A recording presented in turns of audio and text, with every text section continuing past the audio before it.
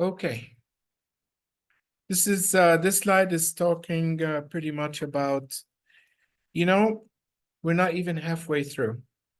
And we haven't even started the fun stuff. This is all just, the traditional stuff, Tatum and Mish and Boyne and June and implant placements and all that stuff. This is all stuff that you know.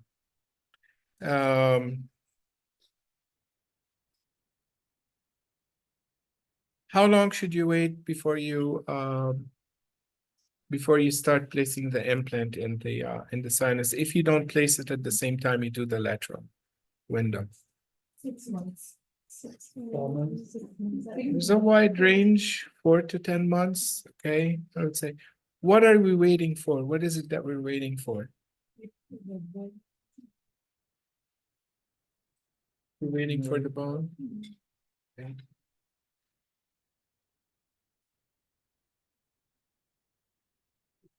All right. Let's jump into the deep end of the pool. And we shall begin with a staged protocol. Okay. Lateral wall. We're going to start with a two-staged protocol technique. Incision design. We're going to talk about the incision, the flap management, the outline of the bony window, which we touched on before, the membrane elevation, the collagen membrane. Are these all ringing bells? We've talked about these, right? Okay. The bone grafting, what kind of material we're using, and how we're placing, if we're placing any collagen membrane on the outside, if we're doing, how are we doing the soft tissue closure? All right. 1, incision design. We want to be mesial to our cut. So if we want our anterior portion of the window is going to be over number 4, we don't want our incision to be over 4, right? We want to move further to 5 or 6, okay? And I want you to look at this slide right here. Notice that we have kept the papilla, okay? So when I raise the flap, the papilla is coming up with it, okay? And when I bring the flap back, the papilla is coming back with it too. We're not cutting at the base of the papilla. You can see that we left the papilla enough bone, enough tissue underneath with enough blood supply, okay?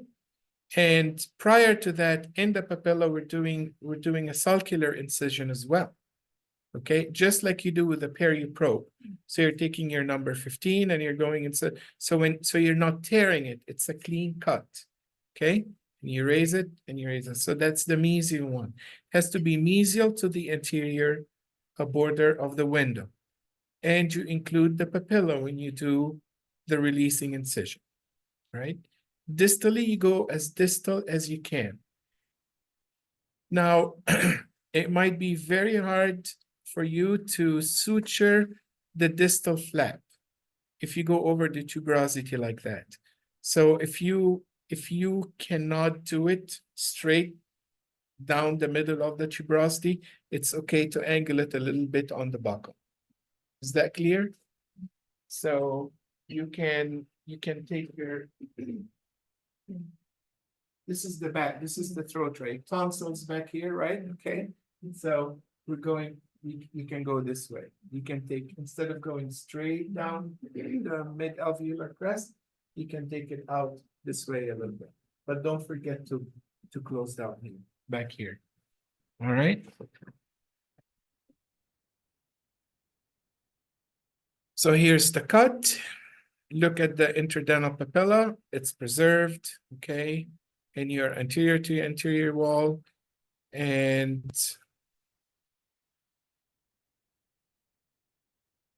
here's a little video.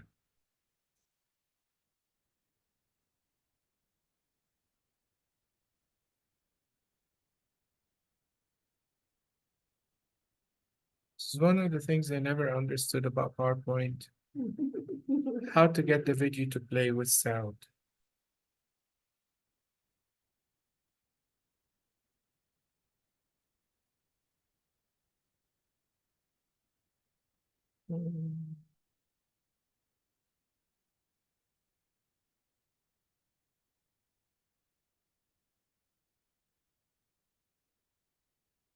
Okay.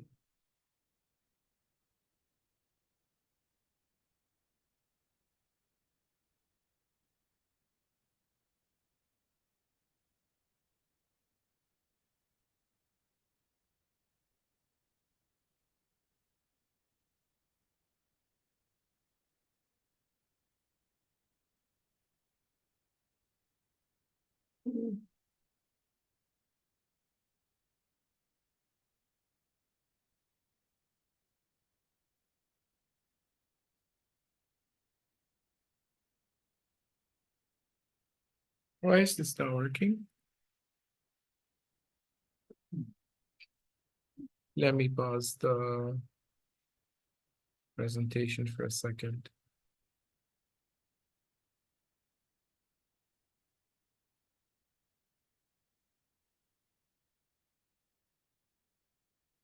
Okay. Here we're talking about the sulcular incision, okay? And we're talking about the interdental papilla, preserving the interdental papilla, and then doing a release incision. There we go.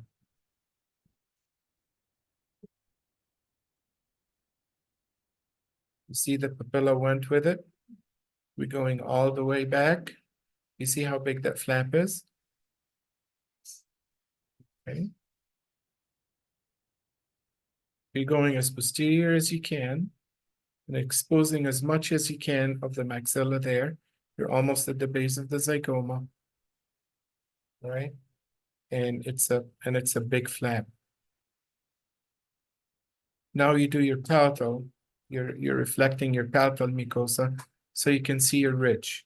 And you see that ridge, it's very uneven too. If you have the height, I would flatten that ridge, okay?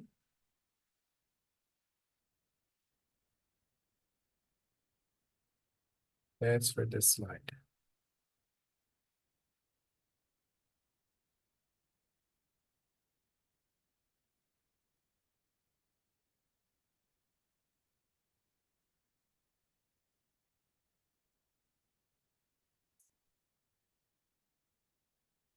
Okay, now we're pointing to the distal part of the flap again. We're going behind, there's a tooth there. We're going around the tooth with the sulcular incision.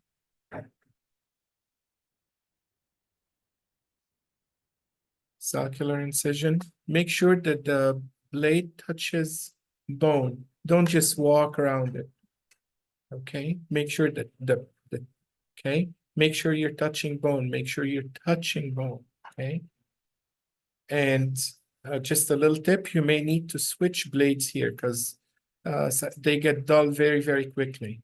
And if you want to do good surgery and not show any scars, once you get to the anterior area, use a brand new or start your incision there. Okay, so it's fresh and new. Okay, because it will get dull. And if it's dull, it will not cut all the way to the bone. It will not cut the periosteum. And when you're trying to raise the flap, it's going to resist and it's going to make life very, very difficult. That's a question. Yes. What's the reason behind including the papilla? So Not if saying- so, we are sparing it, okay, but our anterior wall has to be at a certain point. So we're not, our release incision is not going to be at our anterior wall. We're going to go further mesial. So Let me draw.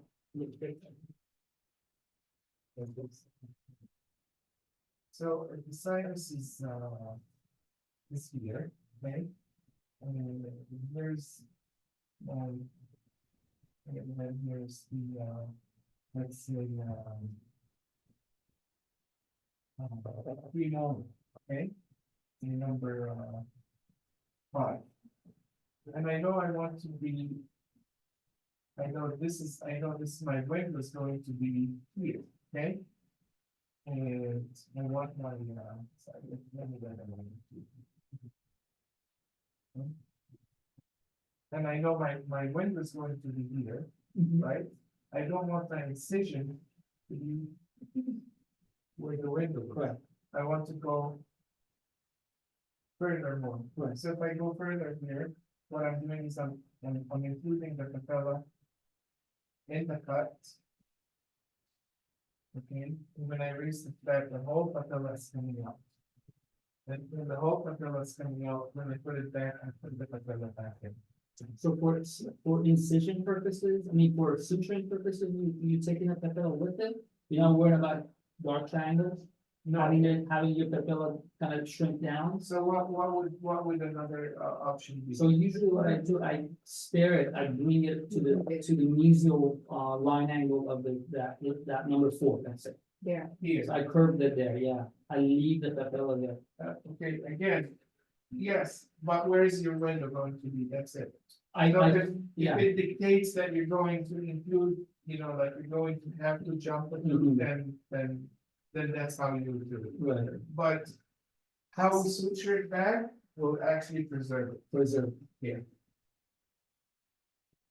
Good point. Especially if you're going between 7 and 8. Yes, I agree. It all depends on the outline of the window. In this one, you can see like we only had one tooth. That's what, 6? 6 and 7. Right. So the outline of the window, the ones you're going to see is a combination between the round burr and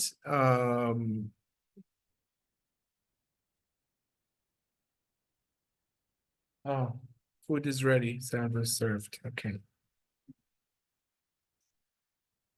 I'll finish this real quick, okay?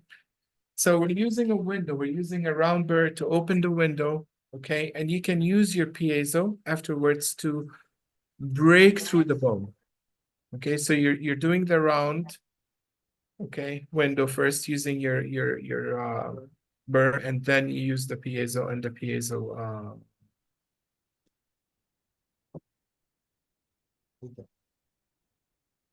there. Here's the outline.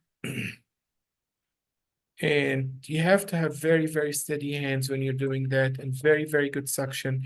Because what you really want to see, once you break through the cortical bone, it's gonna start and bleed a little bit, and then you're going to see a little bleeding layer. First yellow, and then yellow with a little bit of blood coming out, okay? And then you start seeing a grayish, reddish layer, and that's your membrane. You don't want to go there. Now you can take your periosteal and then you can start really. If you have your piezo, this tip and the piezo will actually help you raise the window without perfing the okay. You take the window out. Now this photo is a little can fool you a little bit. Don't hold it from an angle and lift it up like a lid. Because it still have some sharp edges, and those sharp edges could perf the membrane. What I do is I lift from each corner a little bit, and then I try to lift the whole thing up. Okay, lift the whole thing up. Don't take it from one angle and open it up like a door. Lift the whole thing up, okay? First, you start releasing it from multiple, areas, and then lift the whole thing up. Cool? The piezo will enable you to get underneath that bone and lift it easily without any problem whatsoever. And once you start using your piezo, you're going to love using it even more. Okay.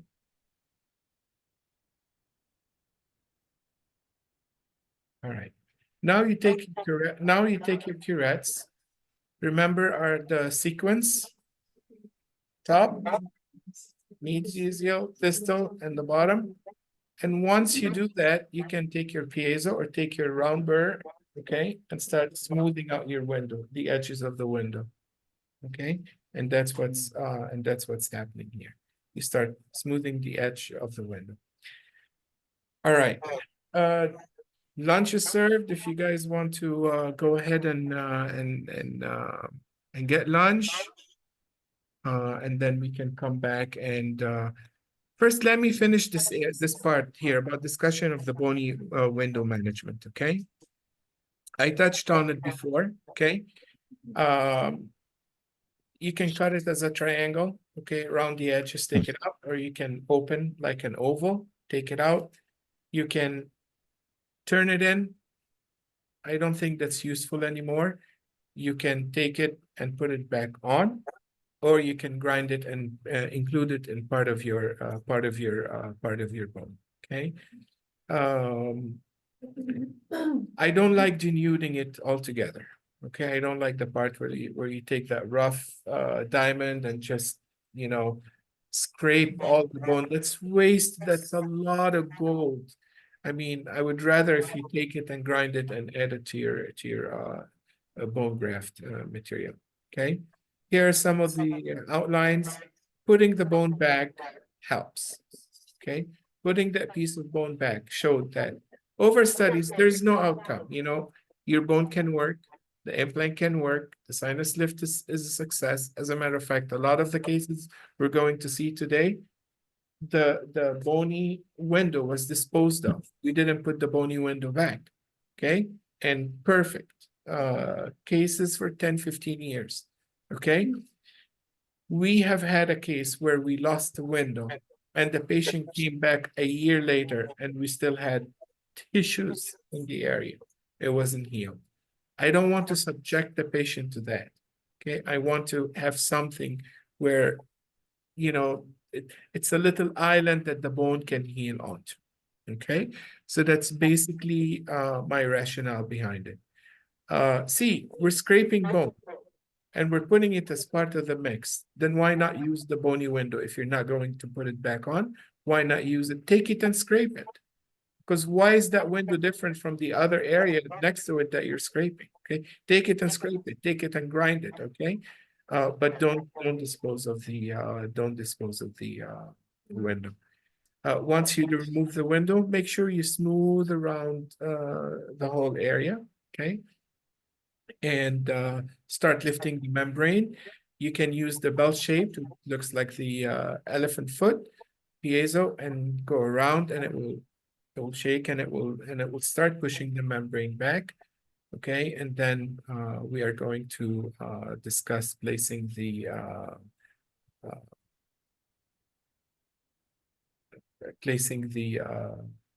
collagen membrane in the area. This is another photo of the same thing.